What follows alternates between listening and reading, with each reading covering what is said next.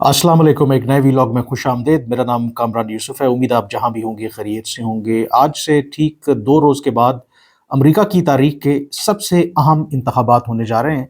सबसे अहम इंतखाबात ये मैं नहीं कह रहा, बल्कि ख़ुद जो अमेरिका के माहिरीन हैं, अमेरिका की डेमोक्रेटिक पार्टी की उम्मीदवार कामला हारिस हैं, वो ये कह रही हैं। और वो क्यों कह रही हैं? क्योंकि एक तरफ कामला हारिस जिनके बारे में कहा जाता है कि वो एक रिवायती सियासतदान हैं, जो अमेरिका की कोर इंटरेस्ट्स हैं, जो पॉलिसीज़ हैं, उसको वो रिप्रेजेंट करती हैं। जबकि दूसरी तरफ उनका मुकाबला गैर रिवायती डोनाल्ड ट्रंप से है, जिनका वर्ल्ड व्यू बिल्कुल मुख्तलिफ है, जो आम तौर पर अमेरिका के सदारती उम्मीदवार रहे हैं या माजी में सदर रहे हैं, क्योंकि वो बिल्कुल एक मुख्तलिफ तरीके से सोचते हैं। और इस वजह से कहा जा रहा है कि ये इंतखाबात अमरीकी तारीख के सबसे अहम इंतखाबात हैं। इसके हवाले से फ़र्दर बात करने से पहले आई थिंक कुछ बेसिक फैक्ट्स जो हैं अमरीकी इंतखाबात के हवाले से, उस पर बात करना बहुत ज़रूरी है। अमरीका दुनिया की सबसे पुरानी जमहूरियत है, और जो ये सदारती इंतखाबात होते हैं, अमरीका का एक यूनिक सिस्टम है। कहने को तो 5 नवंबर को जो 50 रियासतें हैं अमरीका की, जो 24 करोड़ एलिजिबल वोटर्स हैं वहाँ पे, ऑलमोस्ट पाकिस्तान की आबादी जितने, वो सदर नया मुंतखब करेंगे। लेकिन ये बराह रास्त इंतखाबात नहीं होते, यानी कि ये मुमकिन है कि अगर एक उम्मीदवार को कौमी सतह के ऊपर, यानी कि अक्रॉस द कंट्री ज़्यादा वोट पड़ें, लेकिन उसके बावजूद वो सदर मुंतखब ना हो सके। कम अज़ कम 2 मरतबा तारीख़ में ऐसा मुमकिन हुआ। जब एक मरतबा जो जॉर्ज डब्ल्यू बुश, एल गोर के साथ जो उनका मुकाबला हुआ, जिसमें एल गोर को 5 लाख वोट ज़्यादा मिले थे, लेकिन उसके बावजूद जो जॉर्ज डब्ल्यू बुश हैं, वो अमेरिका के सदर मुंतखब हुए थे। फिर 2016 में जब हिलरी क्लिंटन मद्दे मुकाबिल थी डोनाल्ड ट्रंप के,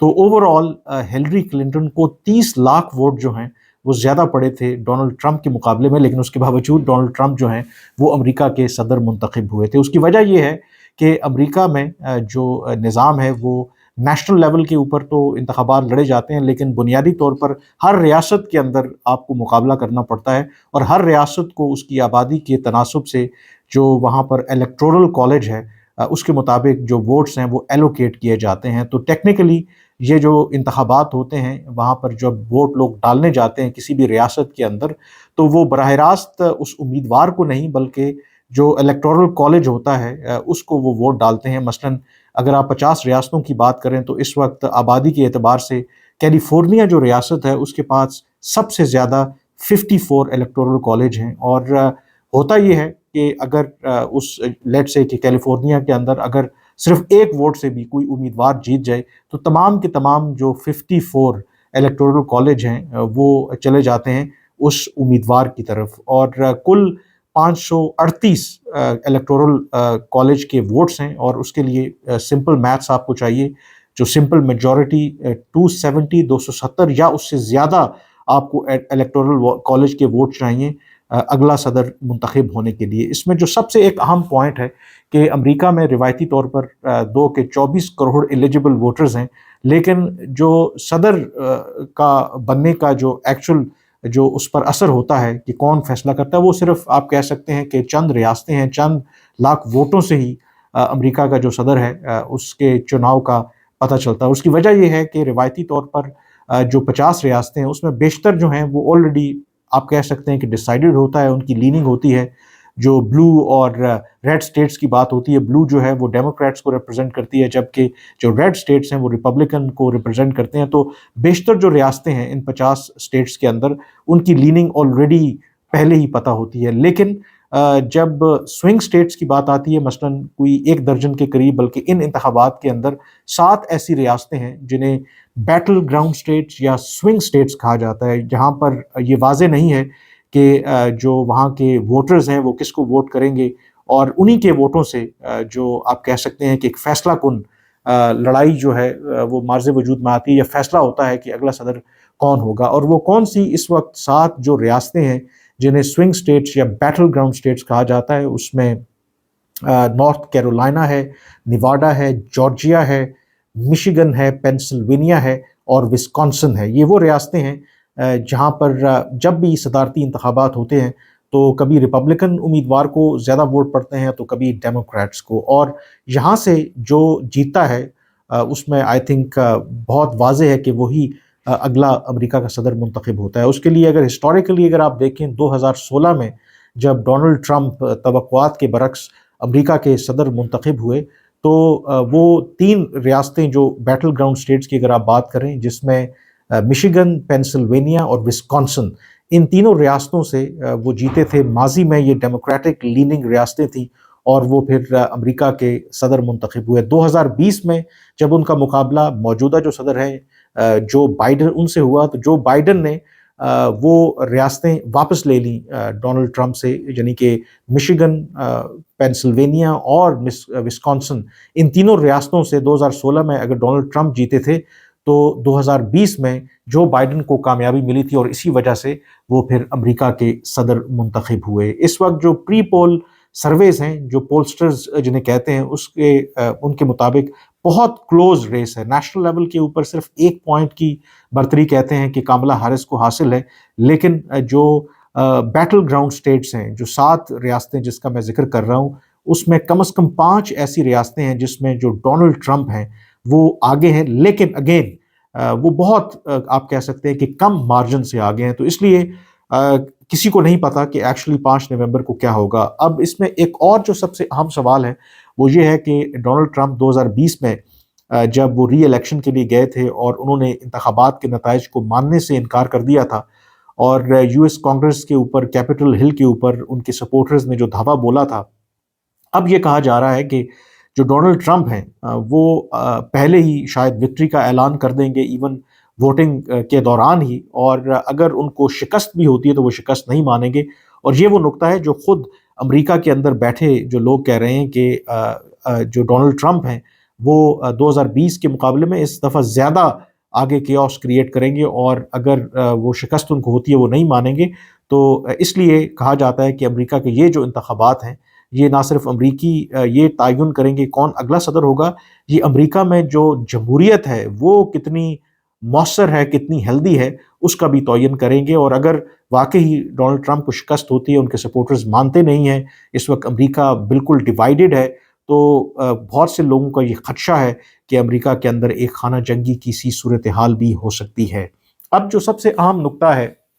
कि अगर हम दोनों उम्मीदवारों की बात करें, क्या बुनियादी फ़र्क आने वाला है। जैसे कामिला हारिस की और फॉरेन पॉलिसी की बात कर लेते हैं, जिससे of course south Asia, Pakistan भी मुतासर हो सकता है। कामिला हारिस के मुंतखब होने की सूरत में एक रिवायती जो पॉलिसी है वो जारी रहेगी, वो नेटो को सपोर्ट करती रहेंगी, उसके साथ साथ जो अलाइंसेस हैं वो बनाती रहेंगी। रूस चीन के ख़िलाफ़ जो अप्रोच है अमेरिका की वो भी जारी रहेगी। साउथ एशिया की बात करें, अगेन चाइना को कर्टेल करने के हवाले से उस पॉलिसी में कोई तब्दीली नहीं आएगी। लेकिन अगर डोनाल्ड ट्रंप मुंतखब होकर के आ जाते हैं तो उसकी वजह से बहुत कुछ बदल सकता है। मसलन वो वाज़े कर चुके हैं, वो सपोर्ट विड्रॉ कर लेंगे जो अमेरिका इस वक्त यूक्रेन को दे रहा है रूस के ख़िलाफ़। वो नेटो को बिलियंस ऑफ डॉलर्स देने के हक़ में नहीं हैं। वो कहते हैं कि यूरोप और कोई भी जो दुनिया का मुल्क है वो अपनी सिक्योरिटी का खुद ज़िम्मेदार है। अमेरिका को क्या लगे कि वो उनको सिक्योरिटी फराहम करे। वो अमेरिका फ़र्स्ट की पॉलिसी पर अमल पैरा हैं, यानी कि वो नेशनलिस्ट हैं। वो कहते हैं कि जी हमें गैर ज़रूरी तौर पर जो अमरीकी पैसा है, टैक्स पेयर्स की मनी है, यूरोप की सिक्योरिटी के तहफ़्फ़ुज़ के लिए इस्तेमाल नहीं करनी चाहिए। तो उनके आने की सूरत में पूरा एक जो ग्लोबल पॉलिटिक्स है उसका नक्शा बदल जाएगा। और यूक्रेन को सपोर्ट विड्रॉ करने का मतलब ये है कि जो यूरोप है वो फिर at the mercy of president Vladimir Putin होगा। लेकिन फॉरेन पॉलिसी की बात करें तो जहां कामला हारिस और डोनाल्ड ट्रंप के दरमियान बहुत से इश्यूज़ के ऊपर इख्तलाफ है, एक चीज़ के ऊपर आपको वो सेम पेज के ऊपर लगते हैं, और वो है कि चाइना को किस तरीके से रोकना है। और आई थिंक इसके हवाले से अमेरिका के अंदर क्लियरली कंसेंसस है कि चाइना को वो अपनी सबसे बड़ी थ्रेट समझते हैं। बाकी अगर उनकी पॉलिसीज़ का अगर आप ज़िक्र करें, मसलन क्लाइमेट चेंज के हवाले से, उसमें कामला हारिस अगेन जो डेमोक्रेट्स की अप्रोच है कि इट्स एन एग्जिस्टेंशियल थ्रेट। लेकिन दूसरी तरफ जो डोनाल्ड ट्रंप हैं वो कहते हैं कि ये एक होक्स है, ये जो क्लाइमेट की थ्रेट है ये कोई थ्रेट नहीं है। तो इस वजह से भी जो क्लाइमेट के हवाले से जो इंटरनेशनल कमिटमेंट्स हैं डोनाल्ड ट्रंप के आने के बाद उसमें भी एक बहुत बड़ी तब्दीली हो सकती है। फिर जो पाकिस्तानियों के लिए भी, और ख़ास करके एशिया से, साउथ एशिया से बहुत से लोग ان کا الٹیمیٹ ڈریم ہوتا ہے کہ وہ امریکہ میں جا کر سیٹل ہوں، ان کے لیے اچھی خبر نہیں ہوگی، کیونکہ بڑی ایک واضح پالیسی ہے ڈونلڈ ٹرمپ کی کہ وہ جو تارکین وطن ہیں جو وہاں پر امریکہ میں موجود ہیں یا وہاں پر آنا چاہتے ہیں، سیٹل ہونا چاہتے ہیں، اس کے حوالے سے ان کی پالیسی بڑی واضح ہے۔ وہ کہتے ہیں کہ آلریڈی جو غیر قانونی طور پر ہزاروں لاکھوں کی تعداد میں امریکہ میں غیر قانونی طور پر جو غیر ملکی شہری موجود ہیں، ان کو وہ امریکہ سے باہر کر دیں گے، اور جو نئے آنے والے ہیں ان کے لیے آف کورس وہاں پر امریکہ میں سیٹل ہونا ایک بہت بڑی مشکلات کا باعث بن سکتا ہے۔ پاکستان کی جہاں تک بات کریں تو پاکستان اور امریکہ کے تعلقات ہمیشہ ٹرانزیشنل رہے، یعنی کہ جب جب امریکہ کو پاکستان کی ضرورت ہوئی، وہ بے شک کمیونزم کے خلاف لڑائی ہو یا پھر آفٹر 9/11 اٹیکس طالبان کے خلاف یا دہشت گردی کے خلاف لڑائی ہو، تو پاکستان نے فرنٹ لائن سٹیٹ کا کردار ادا کیا، لیکن جب امریکہ کا مفاد پورا ہوا تو وہ پاکستان کو بھول گیا۔ اور گیون کہ اگست 2021 میں افغانستان سے جب سے امریکہ کا انخلاء ہوا ہے افواج کا، اس کے بعد سے اگر آپ تعلقات کی نوعیت دیکھیں، جو پریزیڈنٹ بائیڈن ہیں وہ پاکستان کو بڑے اچھی طرح سے جانتے ہیں، جو سینٹ کی فارن ریلیشنز کمیٹی ہے اس کے وہ کئی عرصے تک سربراہ رہے، پھر ایز وائس پریزیڈنٹ پاکستان کے ساتھ وہ ڈیل کرتے رہے، اور جو کیری لوگر بل تھا اس کے اصل جو خالق تھے وہ پریزیڈنٹ بائیڈن تھے، لیکن وہ صدر جب منتخب ہوئے تو اس کے بعد سے انہوں نے پاکستان کے کسی بھی پرائم منسٹر سے آج تک ایون جو روایتی طور پر ایک ٹیلی فون پر کرٹسی کال ہوتی ہے وہ کال تک نہیں کی۔ تو اس سے آپ امریکہ کی ترجیحات کا اندازہ لگا سکتے ہیں۔ اگر آپ پیچھے چلے جائیں، جب ڈونلڈ ٹرمپ آئے تھے تو انہوں نے پاکستان کو جو سیکیورٹی اور جو سویلین امداد دی جا رہی تھی سب سے پہلے وہ بند کر دی، اور پاکستان پر الزام عائد کیا کہ پاکستان دہشت گردی کے خلاف ایک ڈبل گیم کرتا ہے۔ لیکن اس اقدام کے باوجود جب افغانستان سے فوجیوں کے انخلاء کی باری آئی، طالبان کے ساتھ ڈیل کرنے کی باری آئی، تو ڈونلڈ ٹرمپ نے پاکستان کی مدد لی، اور جو دوحہ معاہدہ ہوا وہ پاکستان نے اس میں ایک مرکزی کردار ادا کیا۔ پھر عمران خان کے ساتھ ان کی ایک پرسنل کیمسٹری بھی بن گئی، اس میں کچھ جو امریکی پولیٹیشینز تھے جس میں سینیٹر لنزی گرام جو کلوز سمجھے جاتے تھے ڈونلڈ ٹرمپ کے، انہوں نے بڑا ایک اہم کردار ادا کیا۔ پھر ڈونلڈ ٹرمپ نے وائٹ ہاؤس میں دعوت دی عمران خان کو، اور وہ لاسٹ وزٹ تھا کسی بھی پاکستانی پرائم منسٹر کا وائٹ ہاؤس کا، اور اس کے بعد بھی سبسیکوئنٹلی ان کی 2-3 ملاقاتیں ڈونلڈ ٹرمپ اور عمران خان کے درمیان ہوئی۔ لیکن جو سبسٹینٹیو پارٹ ہے کہ پاکستان کو اس کا کوئی فائدہ نہیں ہوا، مطلب ڈونلڈ ٹرمپ کے ٹائم پر بھی، اور بائیڈن نے مور اور لیس پاکستان کو اگنور کرنے والی جو پالیسی ہے اس کو مینٹین رکھا۔ تو یہ خیال پاکستان میں بھی، اور خاص کر کے جو اوورسیز عمران خان کے سپورٹرز ہیں ان کا خیال ہے کہ جی پاکستان کے لیے، یا عمران خان اگر ڈونلڈ ٹرمپ صدر منتخب ہوتے ہیں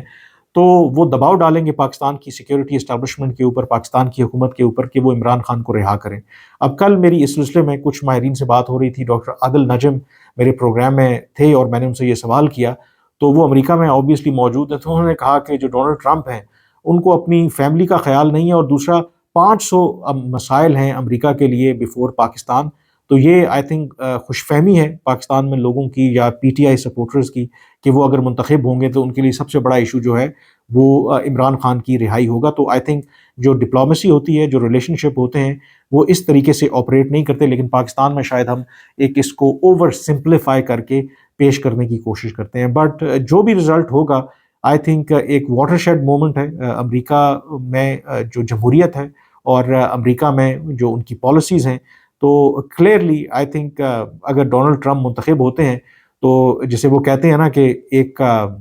دنیا میں بالکل ایک ہلچل مچ جائے گی، اور آپ اگر انٹرنیشنل پالیٹکس میں دلچسپی رکھتے ہیں تو آپ پاپ کارن لیجئے اور پھر انجوائے کریں، دیکھیں کہ ڈونلڈ ٹرمپ کیا کرتے ہیں، کیونکہ ڈونلڈ ٹرمپ میں نے جیسے کہا کہ جو امریکہ کی کور